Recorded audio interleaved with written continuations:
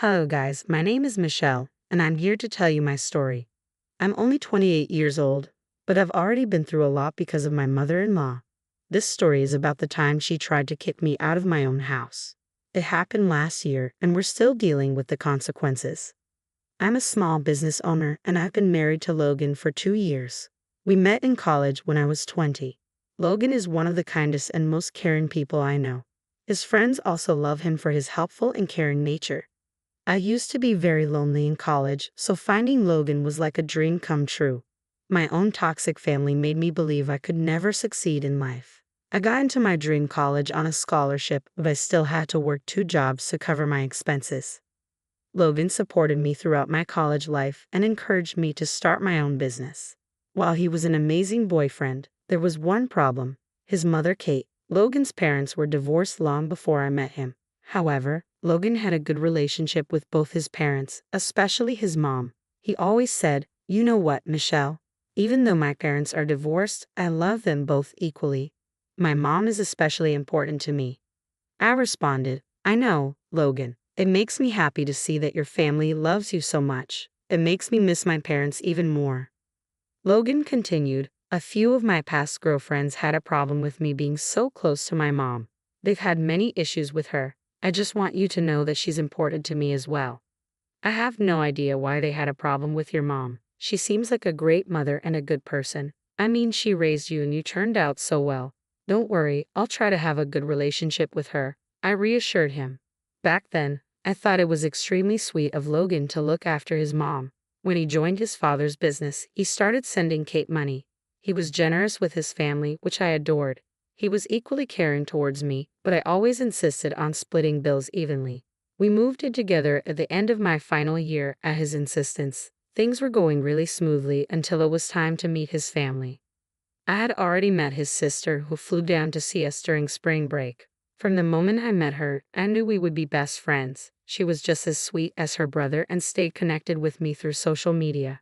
I met his mother and father when they came to his graduation. His father, Robert, gave me a big hug and was genuinely excited to meet me. His mother, Kate, on the other hand, was the complete opposite. She barely acknowledged me and kept calling me Logan's friend. I tried to make small talk with her, but she simply looked in the other direction.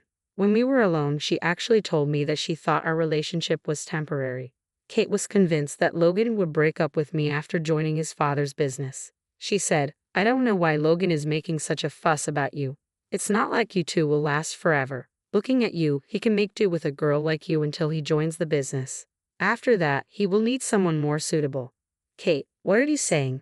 Logan and I are very serious. We're actually thinking about getting engaged. I love your son, and he loves me too," I said. "Oh, please, don't give me that. I know you are nothing but a gold digger. I've met a lot of trash like you. You should ask me how I chased them away from Logan," she retorted. "Kate, you are misunderstanding me. I'm not with Logan for his money," I tried to explain.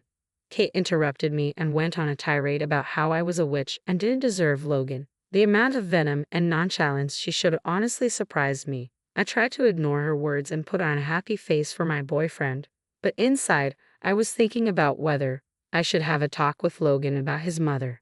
When we returned home, Logan enthusiastically asked, "So what do you think about my parents? Have you guys gotten along?" "Your dad is an amazing man, Logan. You saw how we bonded quickly. I can see where you got your kindness from." "And what about Mom? I saw you two were talking privately. You must have hit it off instantly." I didn't want Logan to worry, so I told him Kate and I were good. He seemed satisfied with my answer and didn't press further. Eventually, days passed and Logan joined the business. He often went to visit his mother and asked me to accompany him, but I was uneasy after our last meeting and refused. That year, during Christmas, I unexpectedly got an invite from his mother. They were going to have a grand celebration with all his extended family. Logan seemed pretty excited and told me I should come. Since Kate sent me the invite, I thought she might have changed her mind about me. Now I know that I was extremely foolish to think so.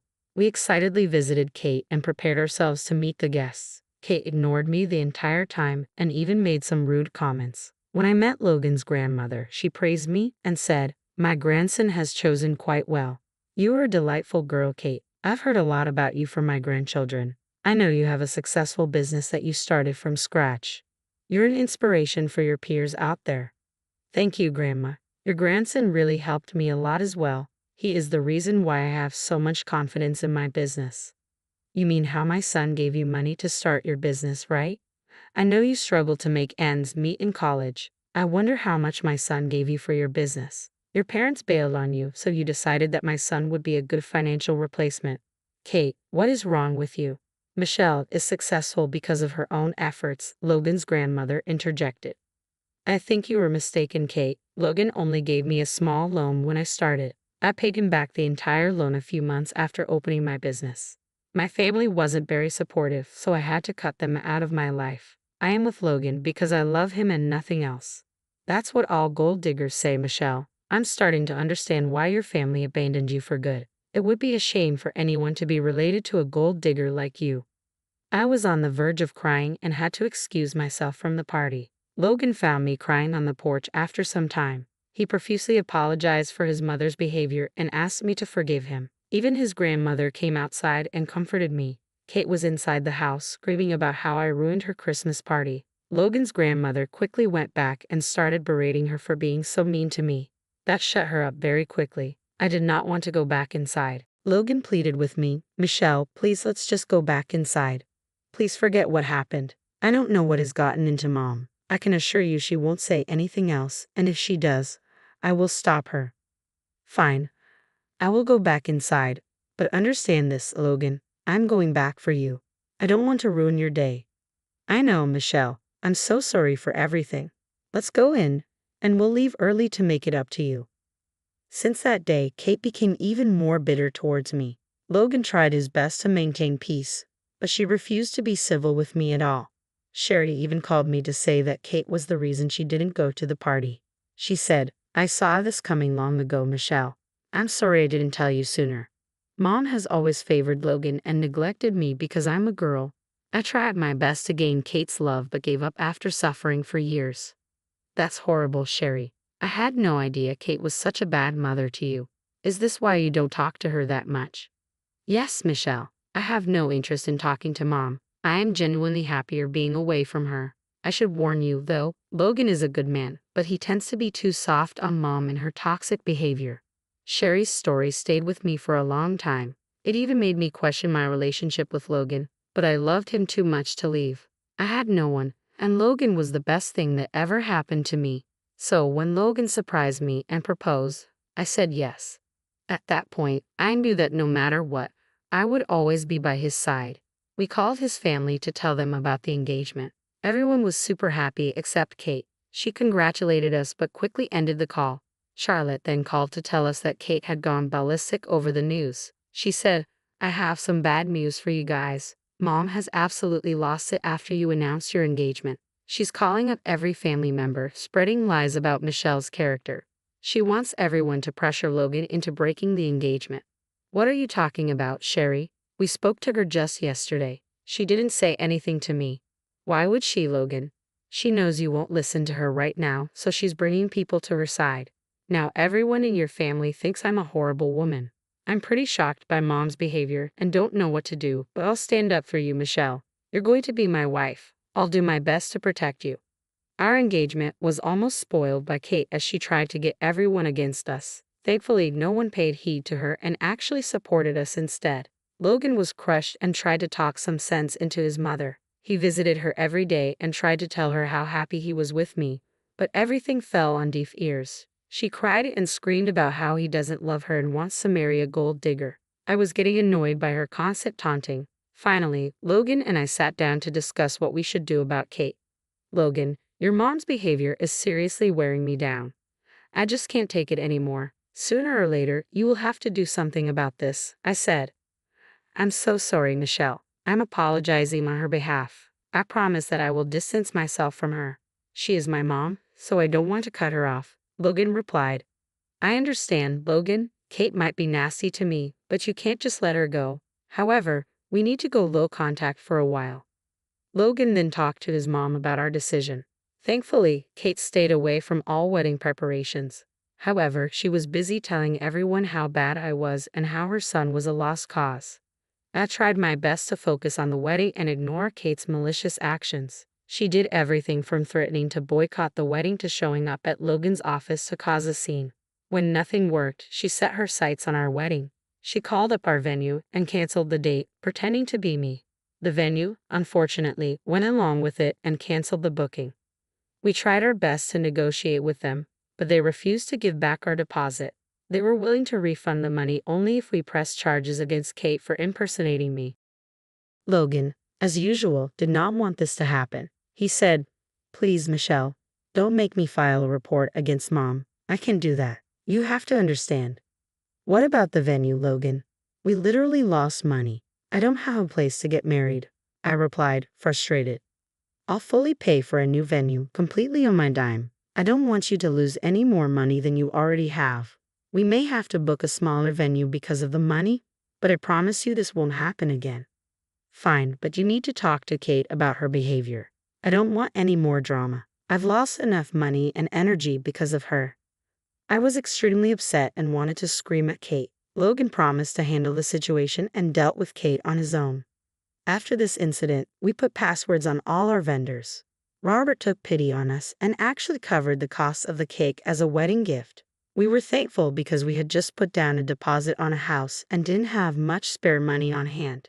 At our wedding, Kate sat in the front row and cried the entire time. No one paid attention to her, and the ceremony continued. We actually requested the priest to omit the objection part because we knew she would cause trouble. Sherry was a great support throughout all this. Sherry later told us, "You know what, guys? You were right. Mom was looking forward to making an objection. She was so pissed when that part didn't come. You should have seen her face." "How does she know about this, Sherry?" "I was genuinely hoping this hadn't crossed her mind," I said. "She told me at the reception. I guess she somehow thought I would support her." "I mean, you do remember what happened at the reception, right?" "At the reception, all she did was drink and cry at the bar. She even flagged down Robert and cried to him about losing her son. By the end of the day, I was exhausted by everything and honestly felt like the day was spoiled." Logan also looked pretty embarrassed and kept apologizing to me. A few months after the wedding, we shifted to our new house. Since we lost a lot of money on the first venue, we never got a honeymoon nor a housewarming party. However, we were happy to finally get married and own the house. One day, we were home after work and Logan told me that Kate had fallen down the stairs at her apartment. She apparently had a sprained ankle and needed someone to help. Logan informed me that he told Kate she could stay with us until she got better. I was again pissed because he didn't even consult me before making the decision. He didn't even hear my side and rushed to get Kate from her apartment. I prepared the guest room, feeling defeated and hurt. When Kate came to our house, she immediately started to cry about how Logan was spending too much money on me and forgetting his duty towards her. She said, "I can't believe how fast you abandoned me. This woman has you under her spell. First, you pay for her business, then the wedding, and now you gifted her a house. You spent so much on this cheap woman while your mother is living in a small apartment. How are you not ashamed?" "Mom, we paid for everything together. All expenses for the wedding and the house were split equally. This is why we're both on the deed of this house. I didn't pay Michelle's part. She can earn for herself," Logan explained. "Oh my God, you've even got her name on the house. She's going to ruin you, Logan. This house is yours, not hers. Michelle is going to divorce you and take all your assets." "Mom, what are you saying? That is not going to happen. Please stop insulting Michelle for no reason." Kate went on blabbering about how gold diggers like me cheat on their husbands and take all their money. Logan and I ignored her words and concentrated on settling her in the guest room. She again complained about how she should be in the master bedroom and that it was the least we could do for her. Logan just looked defeated and kept his eyes down the entire time.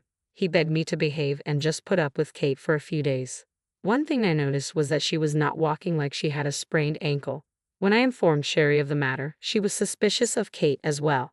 She told me to keep an eye on her since she had faked injuries in the past. Kate was already whining about how I should be cooking her meals and pampering her. She knew I had work but was convinced that all I did was sit on my butt. After 2 days of putting up with her antics, I finally caught her casually walking down the stairs like nothing happened. I accessed our security camera from the living room and found more proof that she was faking her injury. I patiently waited for Logan to come home and confronted her with the evidence. When Logan saw the footage, he was super angry. He confronted Kate and asked her to explain. She was already in tears and said, "Logan, how could you doubt me like that? You know I am in pain. I can't even move a few steps without falling. My ankle is swollen, and I'm taking pain medications every day. That witch is manipulating you, Logan. Why would I lie about something like this? Kate, we can clearly see you moving around the house when I'm working. Your legs seem to work fine when we're not looking. There's no need to keep lying about this. How dare you accuse me of lying? I'm not a lowlife like you. My son loves me more than you anyway. I have no reason to lie. You're just jealous he is paying more attention to me. Logan, do something about her." "Mom, I am having a really hard time believing you right now. You already pulled this stunt before. Why did you lie to me about the injury?" "You have to believe me, Logan. I need your help. Your witch of a wife just wants me away from you. If you are seriously injured, why didn't you go to a doctor? Where are your doctor's notes?" "I'm scared of hospitals, so I couldn't go, but my ankle is really sprained. I'm telling you the truth." "Well, in that case, why don't we go to a doctor and get it checked? If you really are in pain, we need to get a test done on your leg anyway." At this point, Kate started to hyperventilate and cry. She kept screaming at me for being a scheming witch and begged Logan to listen to her. Logan just kept his head in his hands and said, "Mom, I love you, but what you are doing is very disturbing. I thought I could trust you. Why did you do this?" "I'm telling you the truth, Logan. This girl has destroyed our relationship since she came. You used to be so doting and caring towards me. Now you're accusing me of faking my injury. You don't love me anymore. I'm your mother. You should be taking care of me. You have to choose between her and me. Think wisely if you don't want to lose your mom." "What are you saying? I can't do that. I'm never going to see your face again if you don't divorce this witch. She is a snake, and that is exactly why her family abandoned her. You're wasting your time on a gold digger who doesn't love you. She's just using you for money. She can't stand that you give me money, so she wants me out of your life. You need to get rid of her before she traps you with a baby. You need to decide today, Logan." Kate went on and on about how I deserved to be mistreated by my family. She said so many hurtful things that I started to cry. I couldn't take it anymore. Logan looked at both of us and then rose from the couch. He went upstairs and returned with packed suitcases. When she saw this, Kate started to smirk at me. I was too upset to even look at Logan. When Logan finally reached us, I saw that he was carrying Kate's bags instead of mine. Kate looked shocked and started to sob. Logan simply said, "Mom, for years I've seen how you've treated Michelle. I kept quiet because I didn't want to lose you. I told Michelle to put up with you. You kept calling her names and even tried to sabotage our wedding. Still, I thought you would change and accept her as your daughter-in-law. Clearly, I was wrong. Logan, I only wanted the best for you. You have to understand that Michelle's plan is working against us. I'm your mother. You cannot kick me out." "Enough, Mom. Michelle has already been through enough. You attacked her character and achievements. You were cruel enough to talk about her family. I had enough. I'm done with you. Take your bags and get out." "Logan, you can't do this." "I am ashamed I hadn't stood up for Michelle for so long, but I'm going to fix this now. She is my future, not my manipulative mother who destroys my relationships. Get out and don't come back here." Kate kept sobbing and clung to Logan for dear life, but he paid her no heed. He simply removed her from his arms and escorted her out. He came back and comforted me because I was still crying. Logan profusely apologized to me and promised that things would change. I was just mad at him because he had never kept his promise before. After Kate left, Logan spent the next few weeks making it up to me. He blocked Kate and everyone who tried to advocate for her. Robert called him and gave him a stern scolding for letting Kate hurt me for so long. Sherry was also pretty angry with Logan. He slowly realized how he had been pushing others away to accommodate Kate. He had to undo a lot of damage that Kate had caused in his life. We both started going to personal and couples therapy. He has come to recognize that Kate is a narcissist and only wanted control over him. Our relationship has improved a lot, and we are happier than ever. Hopefully, Kate will stay away from us. Logan is contemplating a restraining order if she doesn't. All in all, things are good and we are finally happy.